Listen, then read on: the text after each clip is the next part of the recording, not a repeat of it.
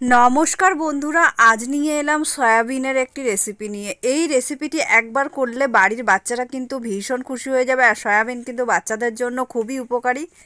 আর এই রেসিপিটি করা কিন্তু খুব সহজ কয়েকটি উপকরণ দিয়ে আর খুব কম সময়ে কিন্তু এটি বানিয়ে নেওয়া যাবে। প্রথমে সয়াবিনটাকে আমি সেদ্ধ করে নিলাম, তারপর ঠান্ডা জল দিয়ে এটাকে ধুয়ে জলটা চিপে চিপে অন্য একটি পাত্রের মধ্যে নিয়ে নিলাম।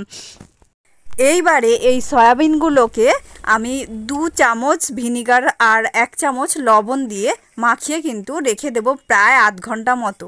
কারণ এই ভিনিগার মাখিয়ে নিলে এই সয়াবিনটা কিন্তু একদম নরম আর সফট হয়ে যাবে। আর চিলি চিকেন বানানোর জন্য কিন্তু এটা করা খুবই দরকার।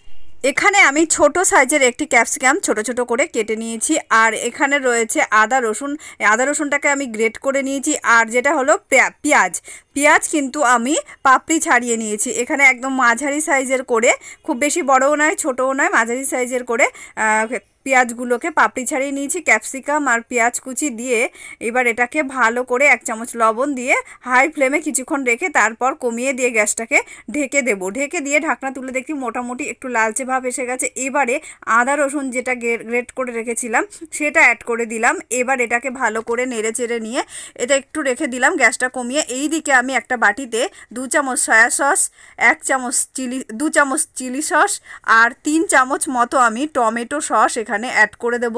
দিয়ে এর মধ্যে আবার আমি 1 কাপ মতো জলও অ্যাড করে দেবো। 1 কাপ জল অ্যাড করে এটাকে এদিকে রেখে দিচ্ছি।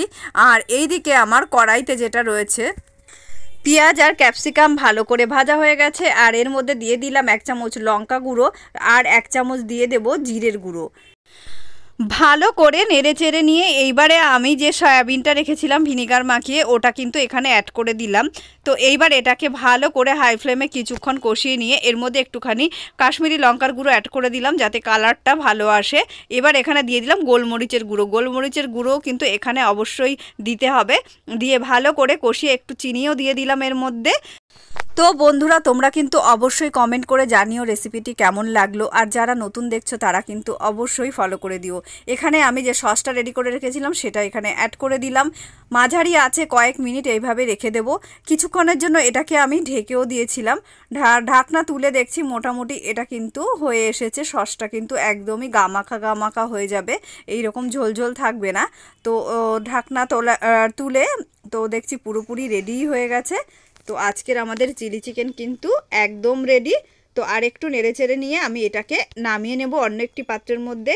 তোমরা গরম ভাত, রুটি, লুচি কিংবা ফ্রাইড রাইস, পোলাওয়ের সঙ্গেও কিন্তু এটা খাওয়া যেতে পারে। বাচ্চারা কিন্তু সয়াবিন খেতে খুব ভালোবাসে, তারা কিন্তু এটা খুব খুশি হয়ে খেয়ে নেবে।